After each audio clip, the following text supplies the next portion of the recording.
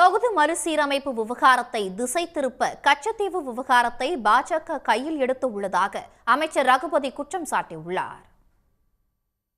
கச்சத்தீவு தாரை வார்ப்பு மற்றும் மீனவர்கள் பிரச்சினை தொடர்பாக ஆளுநர் ஆர்.என். ரவி தெரிவித்த கருத்திற்கு அமைச்சர் ரகுபதி கடும் கண்டனம் தெரிவித்துள்ளார்.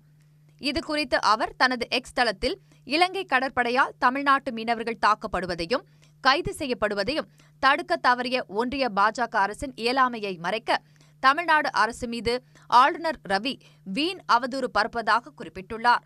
தமிழ்நாடு மீனவர்களை மீட்க எந்த நடவடிக்கைகளையும் மேற்கொள்ளாத ஒன்றிய பாஜக அரசு கச்சத்தீவு தாரை வார்ப்பு எனும் துருப்பிடித்த ஆயுதத்தை தூக்கிக் கொண்டு வந்திருப்பதாக அவர் குறிப்பிட்டுள்ளார்.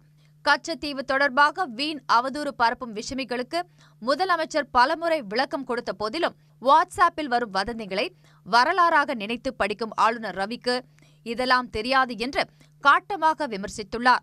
புஸ்வானமான விவகாரத்தை தற்போது ஆளுநர் ரவி தூக்கிக் கொண்டு வந்து கலர் மத்தாப்பு காட்ட முயல்வதாகவும் சாடியுள்ளார். தொகுதி மறுசீரமைப்பில் முதலமைச்சர் மு.க.ஸ்டாலின் கேள்வி எழுப்பிய விவகாரம் இந்தியா முழுவதும் எதிரொலித்துவிடப் போகிறது என்ற அச்சத்தில் அதனை திசை திருப்ப கச்சத்தீவு தாரை வார்ப்பு பிரச்சினையை ஆளுநர் ரவி கையில் எடுத்திருப்பதாகவும் ரகுபதி சுட்டிக்காட்டியுள்ளார்.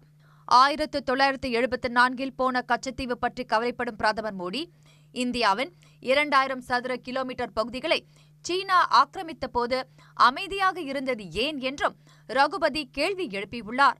தமிழ்நாட்டில் அரசியல் செய்ய பாஜக தலைவர் அண்ணாமலை இருக்கும்போது ஆளுநர் போட்டியிட வேண்டாம் என்றும் ரகுபதி தனது பதிவில் தெரிவித்துள்ளார். உடனுக்குடன் செய்திகளை தெரிந்து கொள்ள சன் நியூஸ் பெல் ஐகானை கிளிக் பண்ணுங்க.